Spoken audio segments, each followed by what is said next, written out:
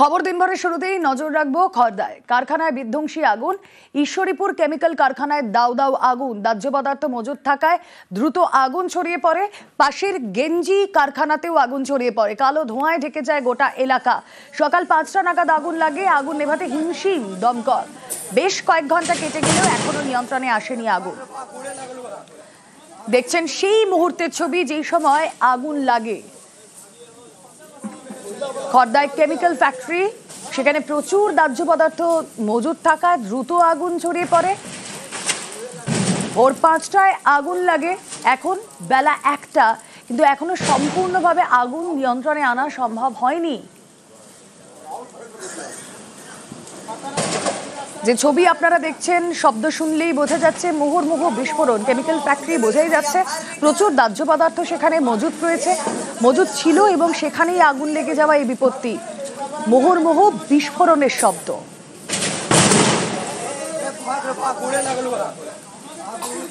সরাসরি চলে যাই, সান্নিক প্রতিনিধি রয়েছেন সঙ্গে। সান্নিক, লেটেস্ট আপডেট প্রথমেই জানতে চাইবো, এখন কি অবস্থা? আগুন নিয়ন্ত্রণে আনা সম্ভব হলেও?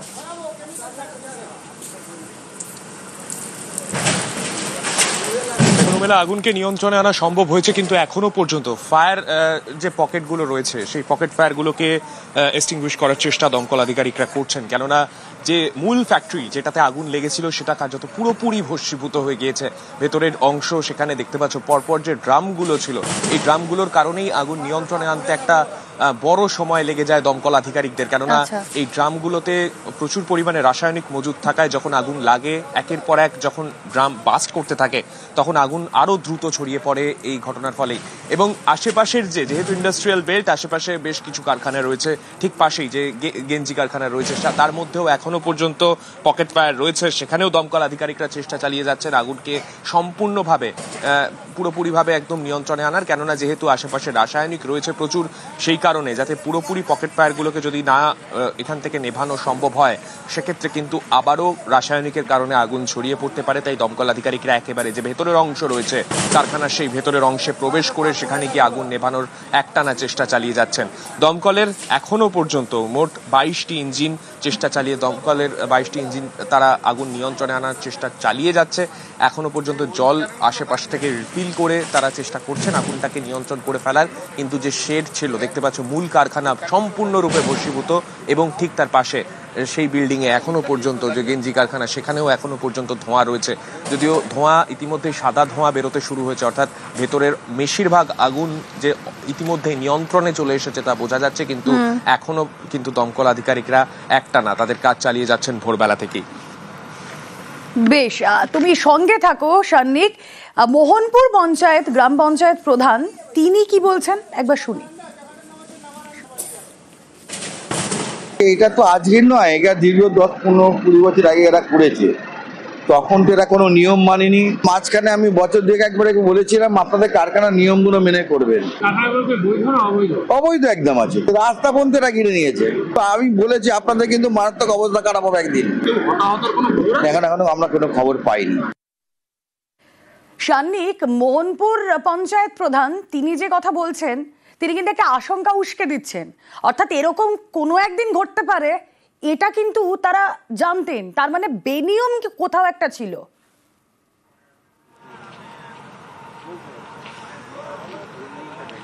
একেবারে বিভিন্ন রকম প্রশ্ন তো উঠছেই। কেননা গতকাল রাত্রিবেলা দীপাবলি ছিল এবং ভোর রাতে যখন এই আগুন লাগে, তারপরে দমকল আসার সময়টুকুর মধ্যেই কিন্তু আগুন একেবারে বিধ্বংসী আকার নেয়। এইটুকু সময়ের মধ্যে কারখানার নিজস্ব অগ্নি নির্বাপক ব্যবস্থা আদৌ ছিল কিনা সেই প্রশ্ন অবশ্যই উঠছে। তবে যে জায়গায় আগুন লেগেছে সেই জায়গাতে কতটা অগ্নি নির্বাপক ব্যবস্থা ছিল, কিংবা ঠিক কি কারণে আগুন লেগেছে, এই সমস্ত বিষয় পুরোটাই তদন্ত সাপেক্ষ। এবং দমকল আধিকারিকরা পুরোপুরিভাবে আগুন নিয়ন্ত্রণে আনার পর তাদের তরফে যদি মামলা করা হয়, সেক্ষেত্রে ফরেন্সিক টেস্টের পরেই কিন্তু বোঝা সম্ভব হবে ভেতরে ঠিক কি কারণে আগুন লেগেছিল এবং আগুন নির্বাপনের ক্ষেত্রে কি ব্যবস্থা এই কারখানার মধ্যে ছিল। সেই বিষয়গুলো খতিয়ে দেখার পরে পরবর্তীতে কিন্তু যদি তাদের এই কারখানার ম্যানেজমেন্টের কোনো গলদ থাকে, সেক্ষেত্রে তাদের বিরুদ্ধে আইনি পদক্ষেপ অবশ্যই নেওয়া হবে, তেমনটাই কিন্তু প্রশাসনের তরফে জানানো হয়েছে। বেশ। পাশে ফ্যাক্টরি লেগেছে, ওটা কেমিক্যাল কারখানা। তারপরে এই আগুনটা দেখে সবাই পালিয়েছে, ওটাই দিয়ে ধরেছে আমাদের। আমি ছিলাম, আমি কি করব একা বলুন না। গেঞ্জি কারখানায় আমাদের বেশি ক্ষতি হয়েছে, পুরো শেষ হয়ে গেছে, আমাদের কারখানায় পুড়ে গেছে। ক্ষতি তো অনেকই হয়েছে, অনেক লোক না খেয়ে মরে যাবে। একটা কারখানা যেটা আপনার রেজিন কারখানা, কেমিক্যাল পেন্টের কারখানা ছিল, ওখানেই মেন আগুন লাগলো। কাছেই একটা গঞ্জি কারখানা ছিল, একটা ব্যাটারি কারখানা ছিল। গঞ্জি কারখানাতে আগুন মোটামুটি স্টার্ট হয়েছে, কিন্তু ব্যাটারি কারখানা এখনো আগুন লাগেনি। ওটা আমরা কন্ট্রোল করতে পেরেছি। আমাদের সিপি স্যার এখন পরিদর্শন করলেন, আমরা সবাই আছি। আগুনটা অনেকটাই কন্ট্রোলে আছে এখন, আর এখন অব্দি ক্যাজুয়ালিটির কোনো খবর নেই আমাদের কাছে।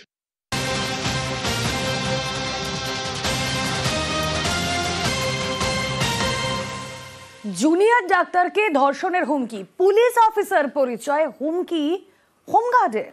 উলুবেড়িয়া শরৎচন্দ্র চট্টোপাধ্যায় মেডিকেলের এই ঘটনা। গালাগালি, হুমকি, হাত মচকে দেওয়ার অভিযোগ। জুনিয়র ডাক্তারদের ঘাড়ে ঘুষি মারার অভিযোগ। কথা বলবো, প্রতিনিধি সন্তু রয়েছেন সঙ্গে। সন্তু, অভিযোগটা ঠিক কি? দেখা যেটা অভিযোগ, উলুবেড়িয়া শরৎচন্দ্র মেডিকেল কলেজ হাসপাতালে অভিযুক্ত অস্থায়ী হোমগার্ড শেখ বাবুলাল ও তার সহযোগীরা তার একটি আত্মীয়কে চিকিৎসা দেওয়ার জন্য মেডিকেল কলেজে নিয়ে যায়। যেটা অভিযোগ যে ওই শেখ বাবুলালের যেটা অভিযোগ যে তাকে ঠিকঠাক চিকিৎসা করেনি ওই জুনিয়র ডাক্তার। এরপরেই যেটা অভিযোগ যে তিনি যখন ওই জুনিয়র ডাক্তার রেস্ট নিচ্ছিলেন, সেই সময় তার কাছে যায় এবং তার সাথে বচসা শোনায়। বচসার পরেই কিন্তু তাকে মারধর করা হয় বলে অভিযোগ। এবং জুনিয়র ডাক্তার যেটা অভিযোগ, তাকে কিন্তু যখন হাসপাতাল থেকে বেরোলে তাকে দেখে নেওয়া হবে এবং তাকে ধর্ষণ করারও হুমকি দেওয়া হয় বলে অভিযোগ। এরপরে কিন্তু ওই জুনিয়র ডাক্তার উলুবেড়িয়া থানার দ্বারস্থ হয়েছে। লিখিত অভিযোগ পর এক অস্থায়ী হোমগার্ড সহ আর একজনকে কিন্তু, মোট দুজনকে কিন্তু গ্রেফতার করেছে উলুবেড়িয়া থানার পুলিশ।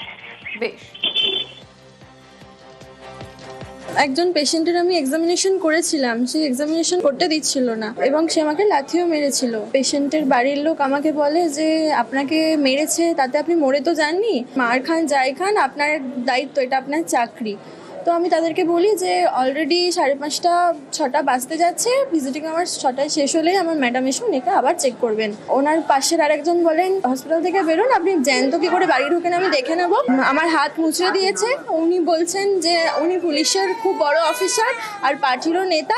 একই সময় দুজনই আমার গায়ে হাত তুলেছে, মারধর করেছে। অবশ্যই, ওরা তো বলেই দিচ্ছে যে আপনি হসপিটালের বাইরে বেরোলে মারধর করবে। আর এদিকে বেলুড়ে কালীপুজোর রাতে যুবকের রহস্য মৃত্যু। কালীপুজোর রাতে ফোন পেয়ে বাড়ি থেকে বেরিয়ে যান রাজেন শেঠ লেনের বাসিন্দা শুভঙ্কর বড়ুয়া। ভোর রাতে বাড়ির সামনেই অচৈতন্য অবস্থায় উদ্ধার করা হয় তাকে। পরে হাসপাতালে নিয়ে গেলে মৃত ঘোষণা। কথা বলবো, দেবাশিস চক্রবর্তী প্রতিনিধি রয়েছেন আমাদের সঙ্গে। দেবাশিস, কে বা কারা ডাকতে এসেছিলেন যুবককে? দেখো, খুব পরিচিত কেউ তাকে ফোন করেছিল বলে তার পরিবারের দাবি।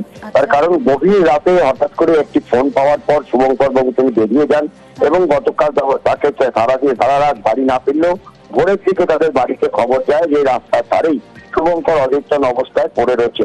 এরপর তার পরিবারের লোকেরা সেখান থেকে পুলিশের সাহায্যে উদ্ধার করে নিয়ে যায় হাসপাতালের চিকিৎসকরা মৃত বলে ঘোষণা করে। পরিবারের দাবি যে শুভঙ্করের যে কলার নলি এবং পাঁজরে কিন্তু বড়সড় আঘাতের চিহ্ন রয়েছে এবং নলি আর ভাঙা ছিল।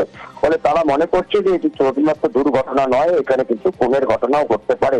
কারণ দুর্ঘটনা ঘটলে তার শরীরে একাধিক আঘাত থাকতে পারত, তার বাইকও কিন্তু ক্ষতি হতে পারত, কিন্তু সেরকম কিছু দেখা যায়নি। তবে পুরো ঘটনা যে একেবারে রহস্য মৃত্যু, তার কিন্তু তদন্ত নেমেছে বেলুড় থানার পুলিশের দাবি ময়নাতদন্তের রিপোর্টের পরেই তারপরে কিন্তু পুরো ঘটনা সামনে আসবে। তবে যাদের যে ফোন লিক ধরে বেশ কয়েকজনকে আটক করে তাদেরকে কিন্তু এই খুনের ঘটনা বা মৃত্যুর ঘটনা ঘিরে জিজ্ঞাসাবাদ শুরু করেছে পুলিশ। যতটুকু আমি শুনলাম, ডাক্তারি কাউকে বলেছে, মানে ওখানে যারা প্রেজেন্ট ছিল ওনাদেরকে বলেছে যে গলার এই জায়গাটা ভেঙেছে, নলিটা ভেঙেছে, আর এই পাঁজরটা, সামনের পাঁজরটা ভাঙা আছে। এবার দেখুন, অ্যাক্সিডেন্ট হলে গাড়িতে স্ক্র্যাচ থাকবে বা কিছু একটা পায়ে চোট বা খরচ, কোনো হাতে স্ক্র্যাচ নেই, কিছু নেই, গাড়িতেও কোনো স্ক্র্যাচ নেই, না ইন্ডিকেটার ভেঙেছে, গাড়ি কিচ্ছু হয়নি। তো এটা আমার যতদূর সম্ভব এটা কোনো অ্যাক্সিডেন্টের কেস না। হ্যাঁ, ওইরকম কোনো ইয়েই নেই। পাড়ায় কারোর সাথে পাড়ায় কি কোনো ঝুটঝামেলা কাউকে তুই তাকারি করে বলে না।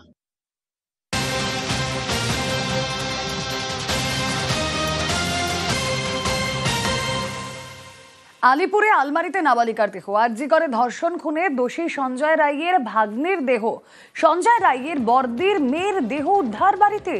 আলমারিতে গলায় ফাঁস লাগানো অবস্থায় উদ্ধার।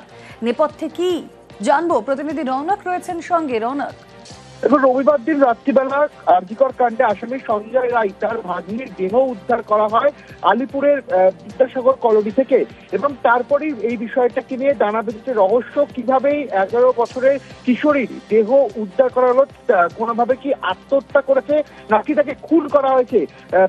পরিবারের যারা অন্যান্য সদস্য রয়েছে তাদের অভিযোগ যে তাকে খুন করা হয়েছে, এবং স্থানীয়দেরও অভিযোগ এটাই। যদিও ময়নাতদন্তের প্রাথমিক রিপোর্টে উঠে এসেছে যে গলার ফাঁস লেগেই এই কিশোরী মৃত্যু হয়েছে। গোটা বিষয়টি ইতিমধ্যে আলিপুর থানার পুলিশ খতিয়ে দেখছেন, এবং ইতিমধ্যে এই যেখানে এই ঘটনা ঘটেছে বিদ্যাসাগর কলোনি, সেখানে যারা স্থানীয় মানুষজন রয়েছে তারা সেই পরিবারের প্রতি ক্ষিপ্ত হয়ে গেছেন। তাদের কথা তারা অভিযোগ করছেন যে হয়তো এই কিশোরীকে খুন করা হয়েছিল, যদিও ইতিমধ্যে এখনো পর্যন্ত নির্দিষ্ট কোনো অভিযোগ জমা পড়েনি। অস্বাভাবিক মৃত্যুর মামলা রুজু করে ইতিমধ্যে গোটা বিষয়টি খতিয়ে দেখছে আলিপুর থানার পুলিশ।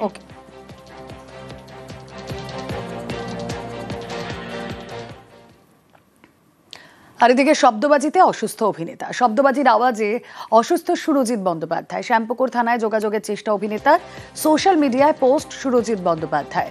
100 ডায়াল করে শেষমেশ অভিযোগ অভিনেতার, রাত 12টার পর কিছুটা কমে শব্দবাজির আওয়াজ। চিকিৎসকের পরামর্শে ওষুধ খান অভিনেতা। কালীপুজোয় বাগবাজার স্ট্রিটে শব্দবাজির রমরমার একই অভিজ্ঞতা প্রতিবেশী সুকুমার রক্ষিতেরও। রাত্রির 12টা, তখন একটা বিভৎস শব্দ হচ্ছে, বিকট শব্দ এই চারপাশ থেকে হচ্ছে। আগে 32 নম্বর ফ্ল্যাটের ছাদের ওপর হচ্ছিল, একদম নিকটে ফাটছে বাগবাজারে। আমি শুধু এইটুকুই দিয়েছিলাম যাতে ওটা ওদের কাছে পৌঁছয় যদি, কারণ আমি 100 নম্বরে বারবার ফোন করে যাচ্ছিলাম, কিন্তু ভীষণ এনগেজ। আমার মনে হচ্ছিল সারা শহরের মানুষই বোধহয় তাদের অভিযোগ জানাচ্ছেন, তার জন্যে তাদের আমি পাচ্ছিলাম না। ফলে আমি আজও ভয়ার্ত, আমি আজও পুলিশের কাছে, যেহেতু আমি স্বার্থপর আত্মকেন্দ্রিক মানুষ, কিন্তু আজকে দয়া করে যদি একটু সচেতন হন, কারণ এই বাজি ফুরোয়নি, এ বাজি আজও আবার সন্ধ্যেবেলা থেকে বিকট শব্দে বাজবে। তো সেইটা যাতে না বাজে তার জন্যে আপনারা একটু সক্রিয় হন যদি, তাহলে ভালো হয়।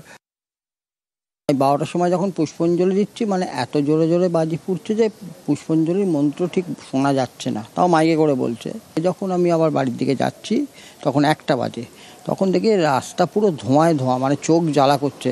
মানে সব বাজি ফাটছে না, কিছু অনেক বাজি খানিকটা জ্বলে, মানে এত ধোঁয়া হচ্ছে যে বাগবাজার স্ট্রিটের ওপর যে মানে হাঁটা দেয় বা চোখ জ্বালা করছে। কিন্তু ওই বাড়িতে থেকে ওদের ছাদ থেকে ফেলেছে সেটা মানে আমি তখন বুঝতে পারিনি, এবং বিভিন্ন বাড়ির ছাদ থেকে ফাটছে।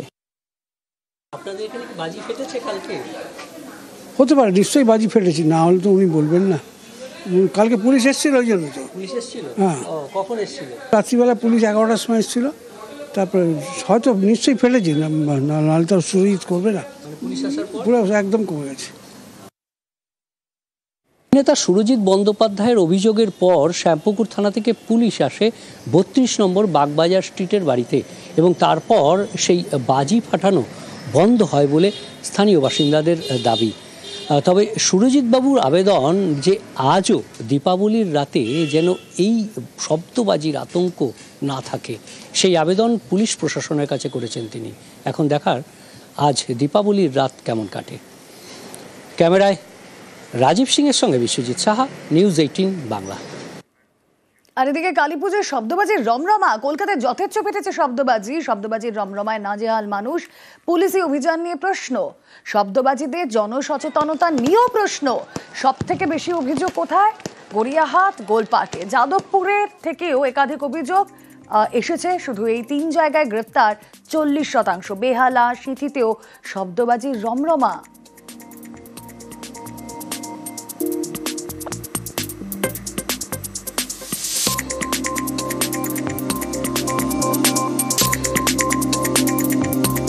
বেহালা, যাদবপুর, গড়িয়াহাট, এই 3 জায়গা থেকে 40% অভিযোগ। এছাড়া উত্তর কলকাতার সিঁথি রয়েছে, তার মধ্যে রয়েছে বরানগর। শব্দবাজিতে নাজেহাল আম জনতা।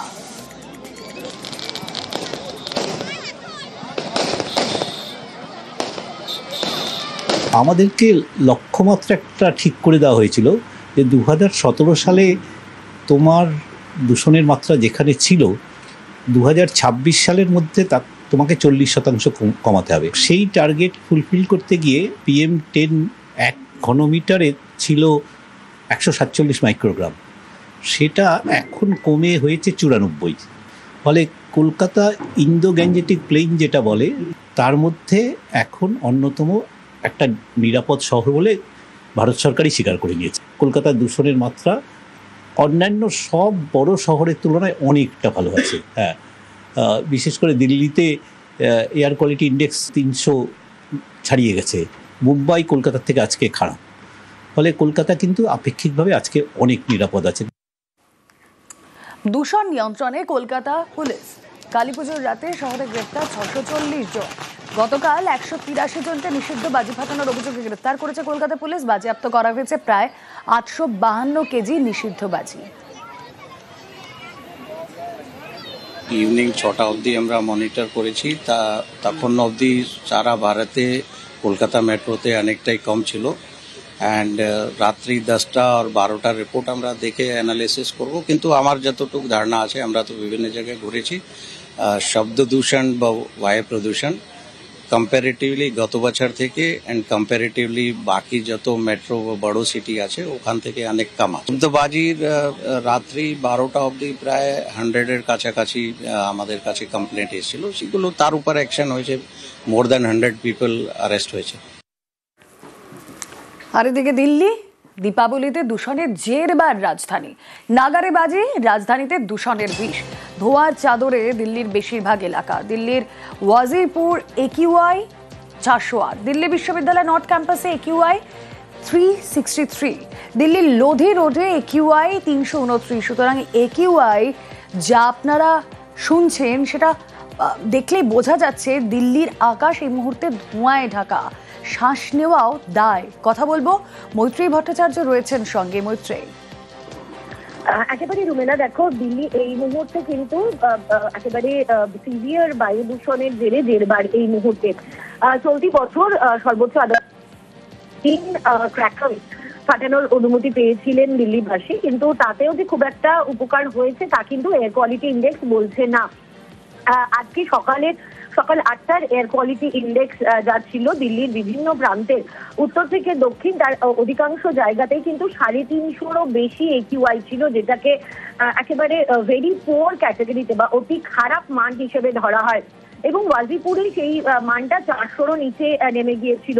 2024-এও কিন্তু একেবারে দিওয়ালির পরের দিন এরকমই এয়ার পলিউশন দেখা গিয়েছিল। 300 থেকে 350-র কাছাকাছি এয়ার পলিউশন ছিল। ফলে গ্রিন ক্র্যাকারিতে খুব একটা পরিস্থিতির বদল হয়নি, তা কিন্তু AQI বলে দিচ্ছে। অন্যদিকে গতকাল গভীর রাত থেকেই গভীর একেবারে স্মগের চাদরে ঢেকে রয়েছে দিল্লি, এবং বেলা বাড়ার পরেও কিন্তু সেই স্মগ এবং তার সঙ্গে সঙ্গে ঝাঁঝালো গন্ধ এবং শ্বাস প্রশ্বাসের কষ্ট হওয়া, একেবারে AQI এর বেশি এবং বাতাসের অতি খারাপ মান থাকার ফলে যে অবস্থা হয় সেই অবস্থায় কিন্তু এই মুহূর্তে দিল্লিবাসী ভুগছেন। তবে গ্র্যাব 2ও কিন্তু এই মুহূর্তে লাগু রয়েছে দিল্লি এবং NCR জুড়ে। ওকে,